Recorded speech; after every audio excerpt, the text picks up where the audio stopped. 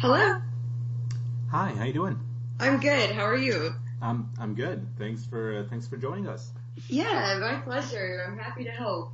So initially, I think it was my colleague Pierre Yan who was supposed to interview you, and then we decided to just swap participants. So you have to do the interview with me today. My name is Brad.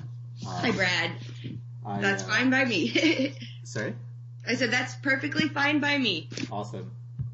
So yeah, a little bit about me. I do research at Concordia University in Montreal, and we decided to do this study. So there's three of us. There's Joel, Pierre Yan, and myself, and we're doing this research on the lived experience of microdosing. You know, like how people feel about microdosing, what their daily life is like, how they, what their attitudes are, that kind of thing. So, Okay.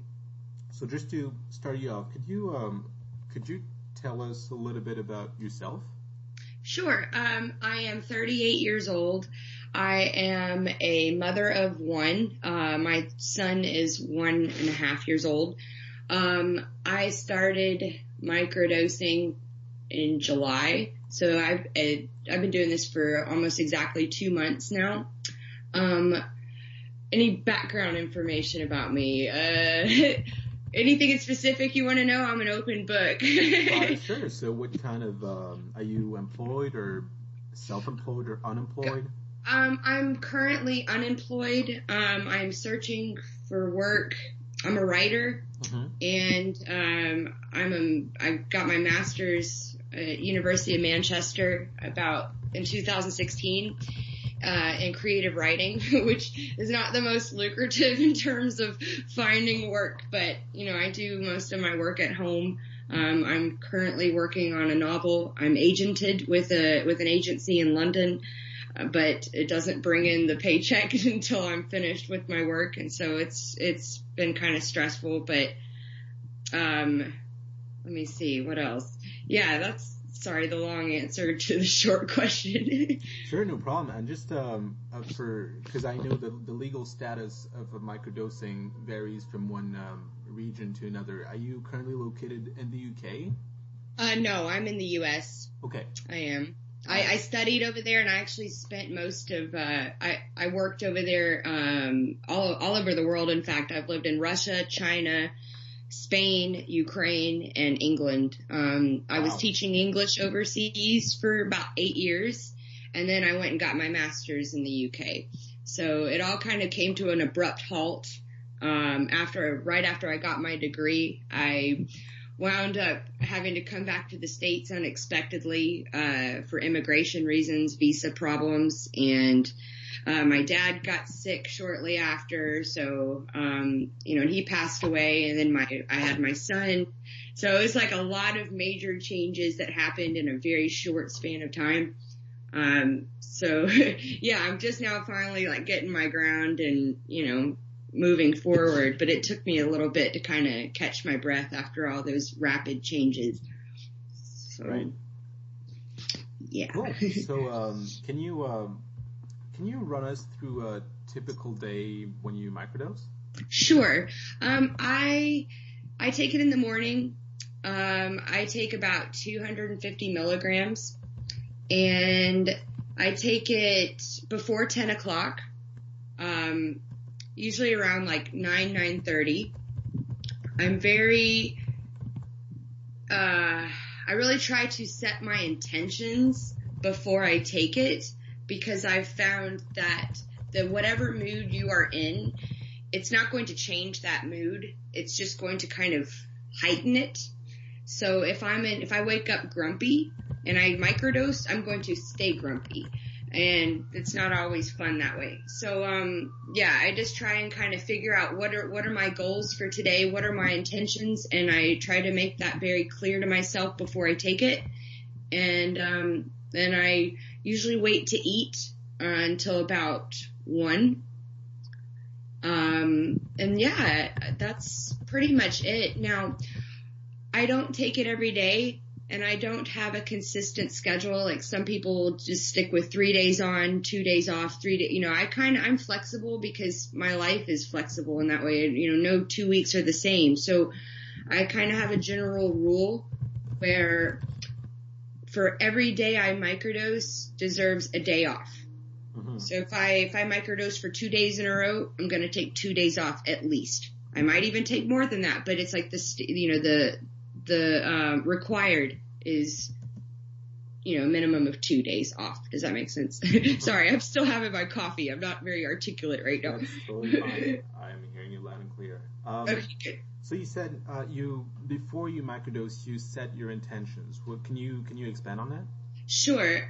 For example, I'm going to be very positive today, or I'm going to have a beautiful day, which sounds very hippie, but it really does help, especially when your mood has been crap. You know what I mean?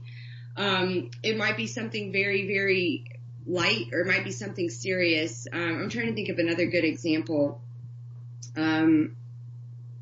Like yesterday, I microdosed, and I was thinking to myself, okay, I want to be working. There's things I'm trying to work on with myself. How to be more confident, how to be more assertive, and just kind of like putting it in the forefront of my mind of, what I want to do. It may not actually occur that day. I may not accomplish that goal in that day's time, but it kind of puts that there so that I can work toward that goal.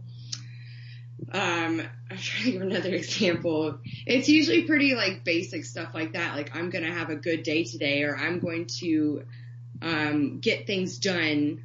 I'm going to have fun with my son, or I'm going to, be more open in situations, or I try not to make it too specific, but it's usually has to do with just overall mood and mentality, I suppose. Okay. And so you said something about getting things done. Can you also elaborate on that? Sure.